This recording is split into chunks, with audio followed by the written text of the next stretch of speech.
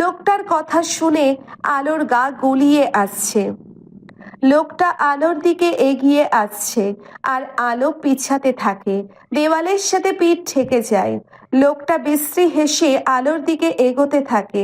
আলো এবার আর কোনো রাস্তা খোলা দেখছে না। এখন মাথায় শুধু একটা নাম আসছে, সে ছাড়া ওকে আর কেউ বাঁচাতে পারবে না। আলো নিজের সর্বশক্তি দিয়ে চিৎকার করে। আধার! আধার আলোকে খুঁজতে খুঁজতে ওয়াশরুমের দিকে আসছিল। আলোর চিৎকার শুনে দৌড়ে যায়, গিয়ে ওর মাথায় রক্ত উঠে যায়। আধার লোকটাকে আলোর থেকে ছাড়িয়ে এলোপাথারি মারতে থাকে। আলো পাথরের মতো এক কোণে দাঁড়িয়ে আছে। এর মধ্যে সবাই ওয়াশরুমে চলে এসেছে। মিস্টার আর মিসেস সিংও চলে এসেছে। মিসেস সিং আলোর কাছে গিয়ে ওকে জড়িয়ে ধরে।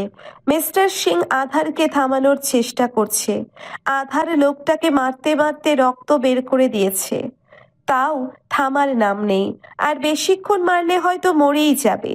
ওকে থামানোর সাধ্য কারণেই, যেই এখন সেই মার খাবে। মিস্টার সিং আধারের কাছে গিয়ে ওকে বলে। আধার এবার লোকটাকে ছেড়ে আলোর কাছে দৌড়ে যায়। আধার তাড়াতাড়ি করে আলোর কাছে গিয়ে ওকে বুকে জড়িয়ে নেয়। আলো এবার আধারকে জড়িয়ে ধরে জোরে জোরে কেঁদে দেয়, ফুপিয়ে ফুপিয়ে কেঁদে চলেছে। আধার আলোকে বুকের সাথে জড়িয়ে ধরেছে। এর মধ্যেই পুলিশ এসে লোকটাকে নিয়ে যায়। মিস্টার সিং এবং মিসেস সিং সবাইকে বের করে দেয়। আধারের বুকের শার্ট আলো চোখের পানিতে ভিজে গেছে। আলো ফুপিয়ে ফুপিয়ে কাঁদছে আর বলছে, আপনি আজ না এলে ওই লোকটা আমাকে...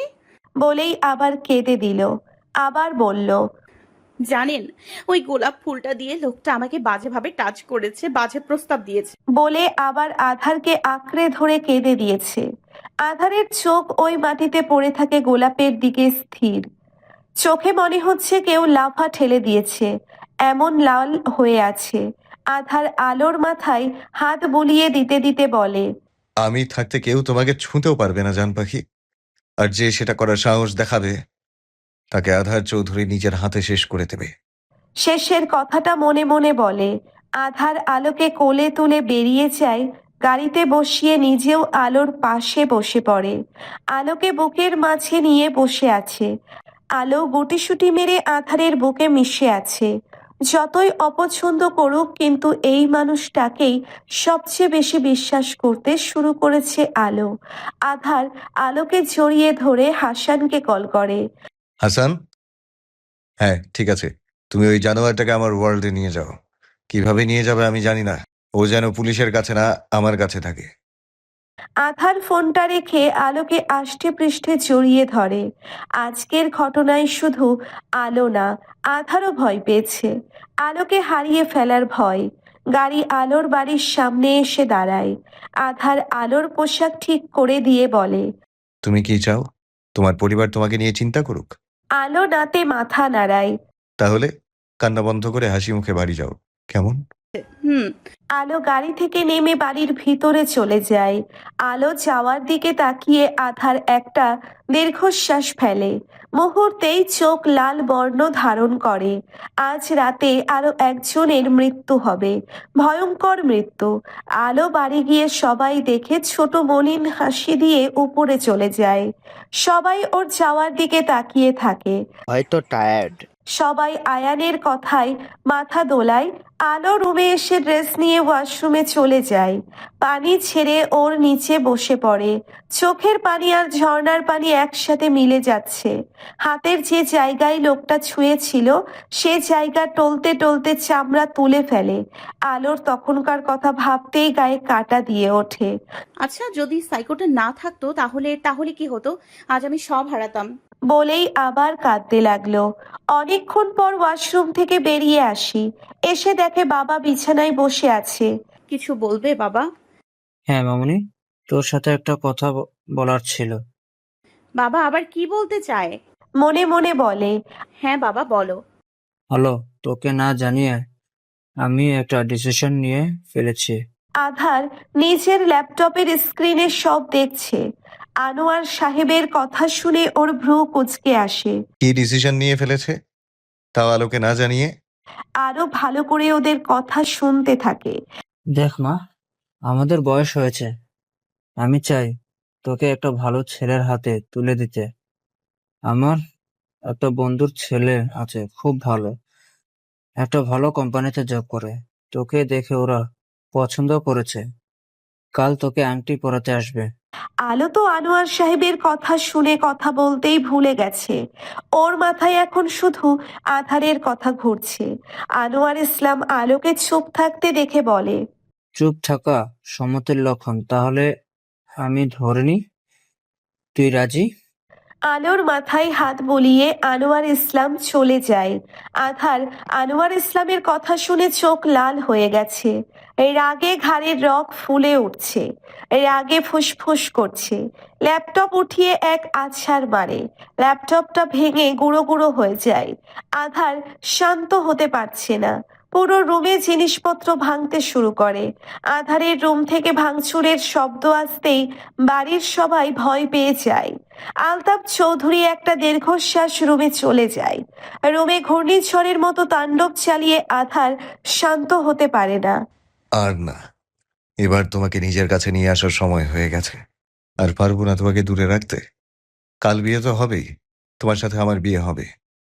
আধারের ফোনটা বেজে ওঠে। হাতে নিয়ে দেখে হাসানের কল।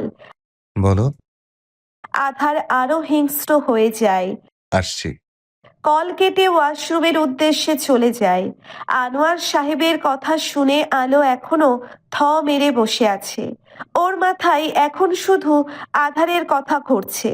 আধার যদি জানতে পারে তাহলে ওকে তুলে আছাড় মারতে দুইবার ভাববে না। আল্লাহ, এ আমাকে কোথায় ফাঁসিয়ে দিলে।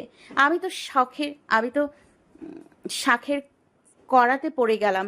একদিকে বাঘ তো একদিকে খাদ। আল্লাহ, পারলে একটা রশ্মি ফালাও, আমি এই জীবনের আপদগুলোকে তুলে দিই। আল্লাহ, কাল যে কি হবে কে জানে। আমি জানি আধার আমার দিকে 24 ঘন্টা নজর রাখছে।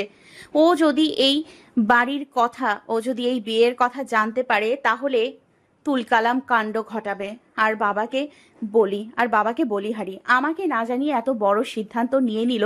কাল আংটি বদল করবে আর আজ রাতে এসেছে আমার অনুমতি নিতে। যত সব। আলো রাগে গজগজ করে বলতে লাগলো। আলো বিছানায় উঠে কোলবালিশ জড়িয়ে মুখ গুজে শুয়ে পড়ল। এই রাত 2টো। অন্ধকার রুমে একজনকে বেঁধে রাখা হয়েছে। শুধু আন্ডারওয়্যার ছাড়া আর কিচ্ছু নেই শরীরে। লোকটা ছাড়া পাওয়ার জন্যে ছটফট করছে। পায়ের আওয়াজ হতেই সে থেমে যায় আর সাহায্যের জন্য ছটফট করতে থাকে।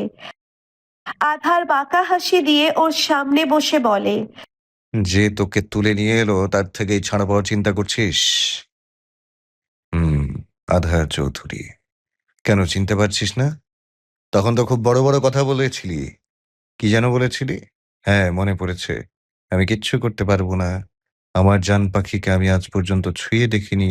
আর তুই ওর মধু খেতে চাচ্ছিলি। খুব শান্ত গলায় কথাগুলো বলছিল। হাতে আধারের প্রিয় লাইটার নিয়ে বারবার জ্বালাতে আর নেভাতে থাকে। আধারকে খুব ভয়ঙ্কর লাগছিল। লাইটের আলোতে ওকে হিংস্র বাঘের মতো লাগছিল। হাসানকে কিছু ইশারা করতেই হাসান সেই গোলাপটা নিয়ে আছে, যেটা দিয়ে আলোকে টাচ করেছিল। বাট একটু চেঞ্জ আসে গোলাপের। প্রতিটি জায়গায় বিষাক্ত কাঁটা গাঁথা আছে। যে কাঁটা একবার গায়ে ফুটলে 1 সেকেন্ড সময় নেবে পুরো শরীরে বিষ ছড়িয়ে দিতে। এ বিষে মৃত্যু হবে না, তবে মৃত্যু যন্ত্রণা পাবে। আধার হাসানের হাত থেকে গোলাপ ফুলটা নিয়ে লোকটার দিকে এগিয়ে যায়। সাথে মনের সুখে শীষ বাজাতে থাকে। আধার লোকটার কাছে গিয়ে শীষ বাজাতে বাজাতে লোকটার পুরো শরীরে গোলাপের বিষাক্ত ছোঁয়া দিচ্ছিল। লোকটা প্রথম ওর এমন কাণ্ডে হাসলেও 1 সেকেন্ড পর যখন পুরো শরীরে অসহ্য যন্ত্রণা শুরু হচ্ছিল, মনে হচ্ছে মৃত্যু যন্ত্রণা ভোগ করছে। লোকটা চিৎকার করছিল আর আধার ওর পুরো শরীরে গোলাপের ছোঁয়া দিতে ব্যস্ত। লোকটা চিৎকার কানে এসে লাগছিল আধারের। আধার হাসানের দিকে তাকাতেই হাসান একজন গার্ডকে ইশারা করে গার্ডটা এসে লোক লোকটার মুখে মুখ বেঁধে দেয় আর আধার আবার শেষ বাজাতে বাজাতে নিজের কাজে ব্যস্ত হয়ে পড়ে। একসময় লোকটা পুরো শরীর নীল হয়ে যায়। আধার গোলাপ ফুলটা ফেলে একটা দীর্ঘশ্বাস ফেলে, একজন গার্ডকে ডাকে আর বলে, খাঁচা খোলো।